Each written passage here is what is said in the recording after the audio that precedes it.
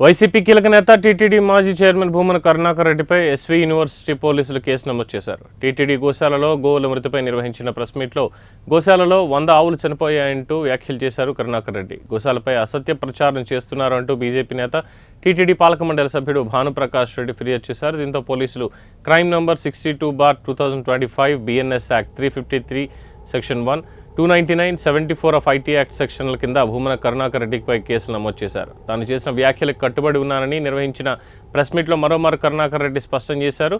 ఇక ఇదే అంశానికి సంబంధించి మరింత సమాచారాన్ని ఇన్పుట్ ఎడిటర్ ఆసిఫ్ అందిస్తారు. ఆసిఫ్. పవన్ టీటీడీ మాజీ చైర్మన్ భూమన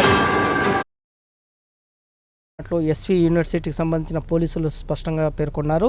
టీటీడీ గోశాలపై అసత్య ప్రచారం చేస్తూ మీడియాకు తప్పుదోవ పట్టించారని, భక్తుల మనోభావాలు దెబ్బతీశారని టీటీడీ పాలక మండలి సభ్యులు భానుప్రకాష్ ఇచ్చిన ఫిర్యాదుపై పోలీసులు పలు సెక్షన్ల కింద కేసు నమోదు చేసిన పరిస్థితి కనిపిస్తుంది. అయితే ప్రధానంగా టీటీడీ ఎస్వీ గోశాలలో 100కు పైగా ఆవులు మరణించాయని టీటీడీ మాజీ చైర్మన్ భూమన కరుణాకర్ రెడ్డి ఆరోపించిన పరిస్థితి తెలుస్తుంది. అయితే ఈ క్రమంలోనే భూమన చేసిన వ్యాఖ్యలను కూటమి ప్రభుత్వం సీరియస్గా తీసుకున్న పరిస్థితి కనిపిస్తుంది. అయితే ఈ క్రమంలో నిన్న భూమన కరుణాకర్ రెడ్డి టీటీడీ గోశాలను సందర్శించాలని సవాల్ విసిరి నేపథ్యంలో తిరుపతిలో హైటెన్షన్ వాతావరణం నెలకొంది. టీటీడీ గోశాల అంశంలో టీడీపీ వైసీపీ మధ్య పరస్పర సవాళ్లు కొనసాగిన పరిస్థితి ఉంది.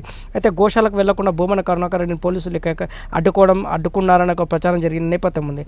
అయితే ఇది మరోవైపు టీటీడీ చైర్మన్ భూమన కరుణాకర్ రెడ్డి గోశాల విషయంలో సోషల్ మీడియాలో అసత్య ప్రచారాలు చేశారని పాలక మండలి సభ్యులు భానుప్రకాష్ పోలీసులకు ఫిర్యాదు చేయడం పరిస్థితి కనిపిస్తుంది.